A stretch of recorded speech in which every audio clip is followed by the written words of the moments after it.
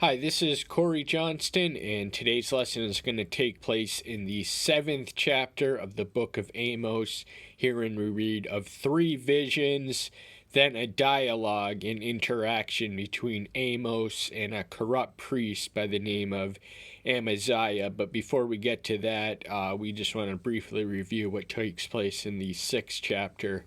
Opening verse, he pronounces, "Woe to those at ease at Zion and those trusting in Mount Samaria, the distinguished ones among the chief of the nations, to whom the house of Israel comes."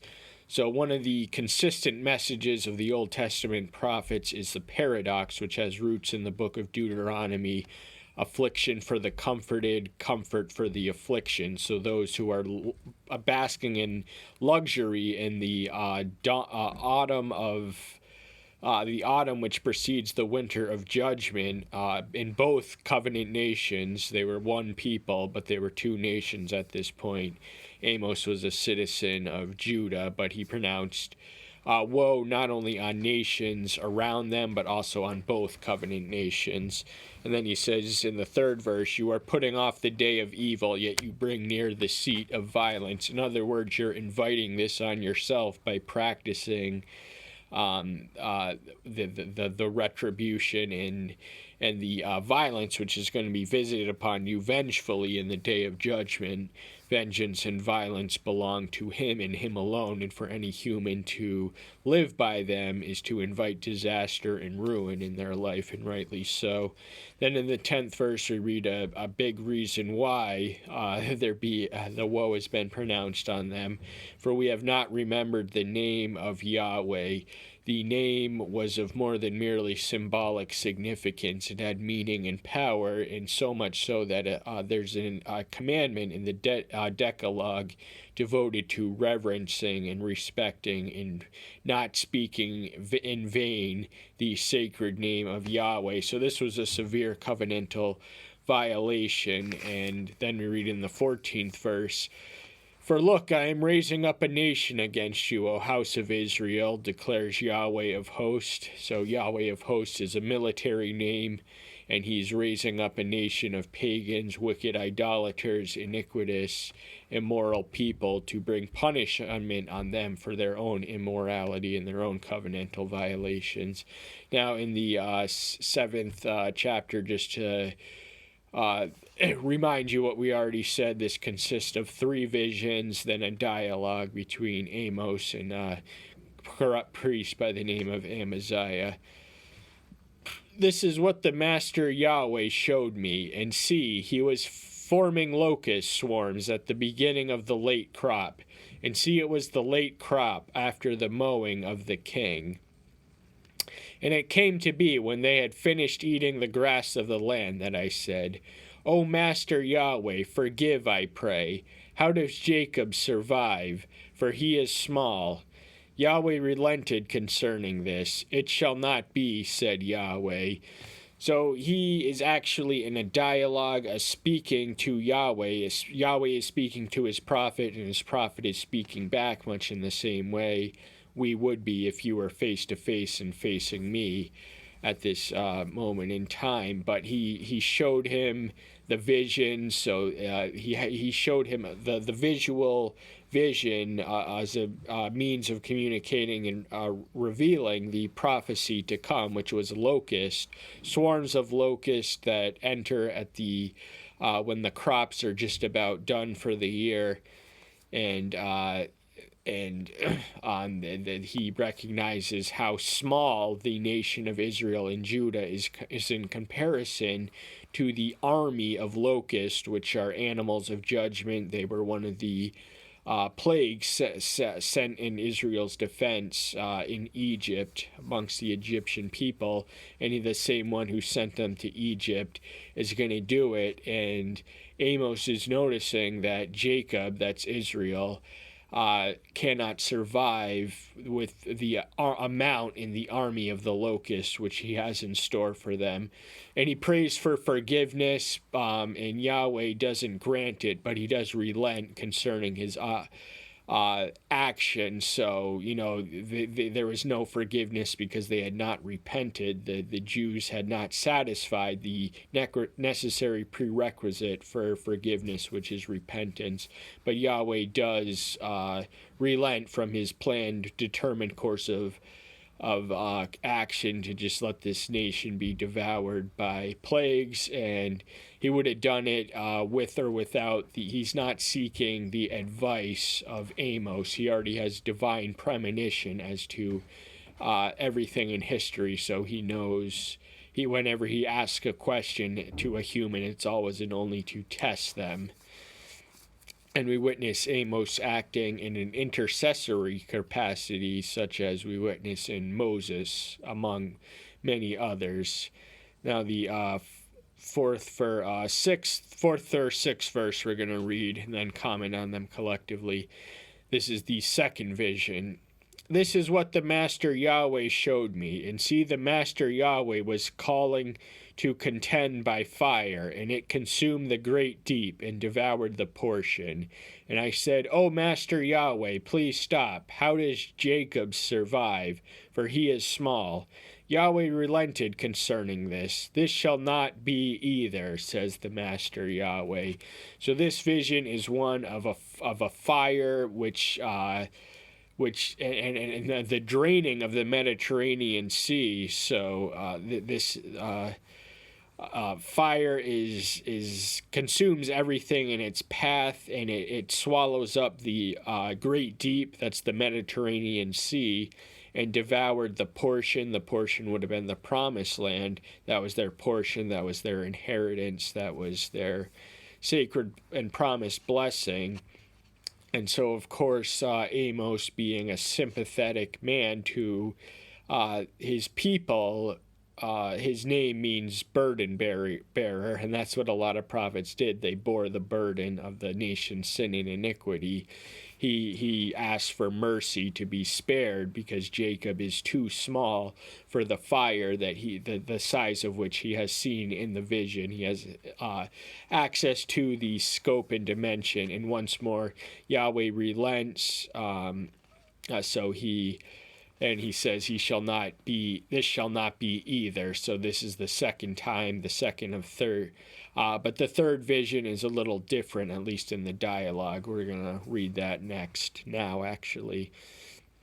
This is what he showed me. And see, Yahweh stood on a wall made with a plumb line in his hand.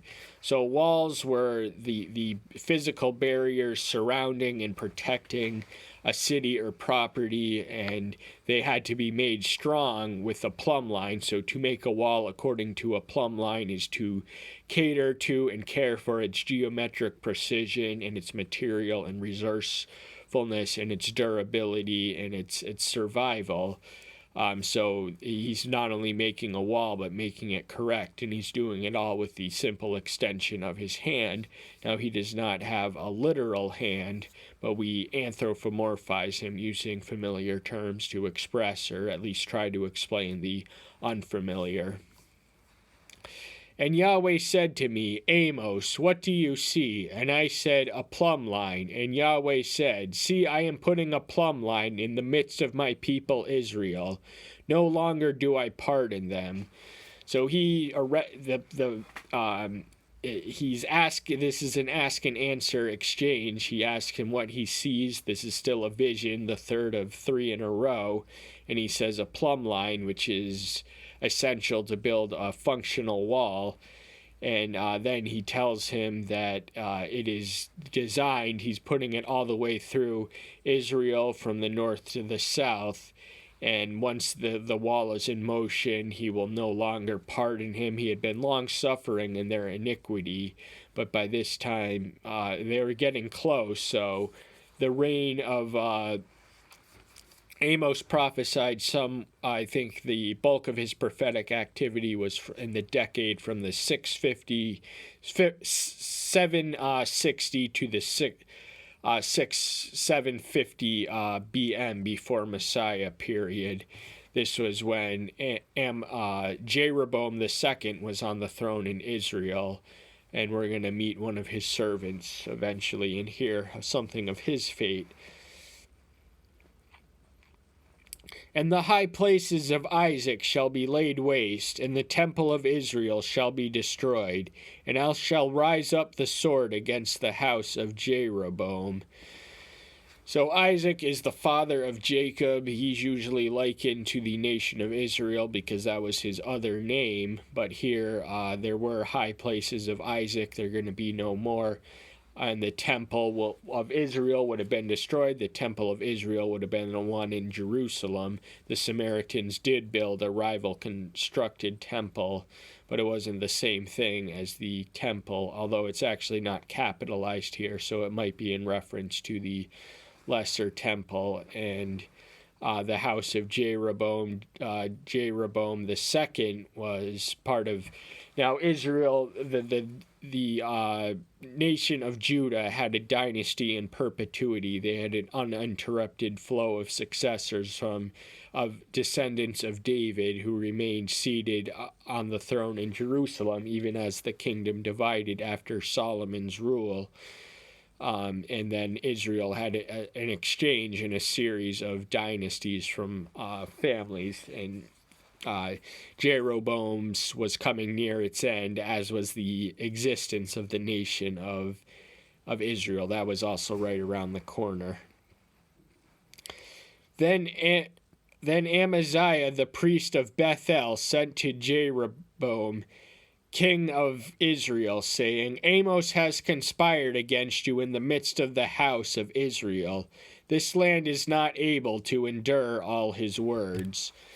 So Bethel was the center where I think the original Jeroboam that was his original name. The original king of Israel, Jeroboam, set up his religious center at Bethel, and that would have been in operation when the second king of a different dynasty named Jeroboam was reigning. And the message that this priest, now there's usually a clash and a conflict between the priest and the prophets, but both are essential and necessary. There are good ones and there are false ones in both camps and categories, but Amaziah was a corrupt one, and this is what he told his king. He made a libelous claim that Amos had conspired against you simply by declaring his doom, and the land, his message is not tolerable. The land doesn't like what he has to hear. We got to get him out of the land. He's a Judean. What's he doing prophesying in Israel? Send him back home. And for this is what Amos said, Jeroboam shall die by the sword, and Israel certainly be exiled from their own land. So this did happen. Jeroboam did die in the year 753 BM, as predicted, and by the sword, and his son and successor was assassinated. We can read of this in 2 Kings, the 15th chapter. So this everything that is predicted in here is documented in the history of the Old Testament.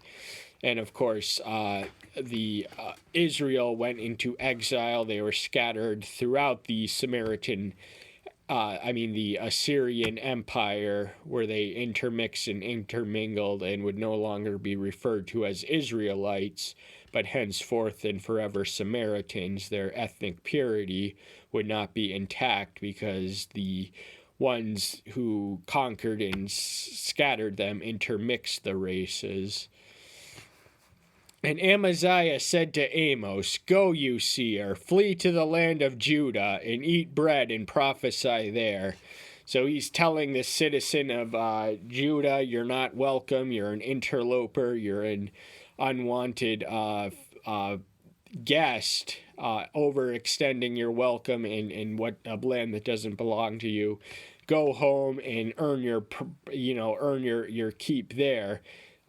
He accused him of being a prophet for profit. He accused him of being motivated by money. I guess he figured now but that wasn't the case because he was a shepherd who was called to be a prophet. But do not prophesy any more at Bethel, for it is the king's temple, and it is the house of the kingdom.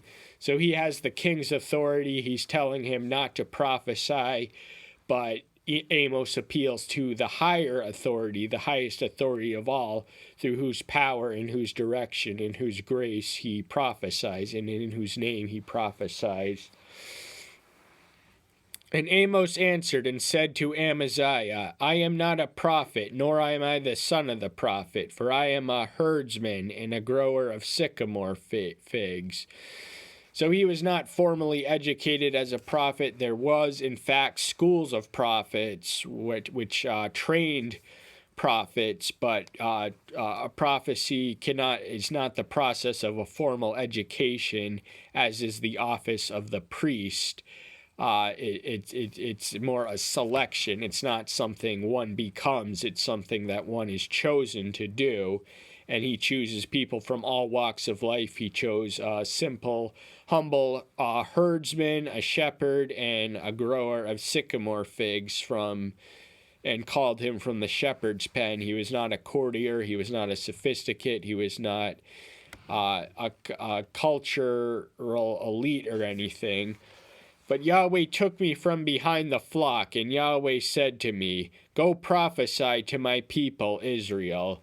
So he has the word and the direction and the approval and the authority and the command to prophesy. And he originally told this to him when he was behind his flock of sheep. And he's called the prophet, so he drops the sheep pen, packs up, goes to where he's called to do, says what he's called to say, because Yahweh has called him for that purpose, and his audience and his select target is my people, Israel. Those are Yahweh's personal possession of the Old Covenant. And now hear the word of Yahweh. You are saying, Do not prophesy against Israel, and do not preach against the house of Isaac. So he's quoting or paraphrasing what he's saying. He's telling him that he's to go home, do not prophesy or preach against the house or the nation of Israel. You know, our doom, we're on this collision course with doom, but we don't like people reminding us that we're inviting it upon ourselves by ignoring and violating the covenant. He doesn't want him there. Therefore, thus says Yahweh, Your wife shall become a whore in the city, and your son and daughter fall by the sword, and your land be divided by a measuring line, and you die in a defiled land, and Israel shall certainly be exiled from its land. So the final prophecy, we have scriptural reference of its fulfillment. They were exiled in Babylon, and the Israelites, this one would have been exiled somewhere in the Assyrian Empire. But as for this personal warning and consequence and prophecy of nothing positive to look forward to, which was visited upon this corrupt priest, we have implicit faith that because one of Yahweh's prophets said it came to pass, that it did come to pass. So all these things happened to him. His wife was reduced to prostitution because he would die, and his children would die, and his property would be no longer him. And he would not only die, but die in a foreign land, a pagan land, and a Gentile land. And Israel will be there in mass sometime soon, because my prophecy is true. And that's all the time we have for today. Thank you so much. I'm so glad you're here. Stay tuned until next time. I'll see you then. Bye-bye.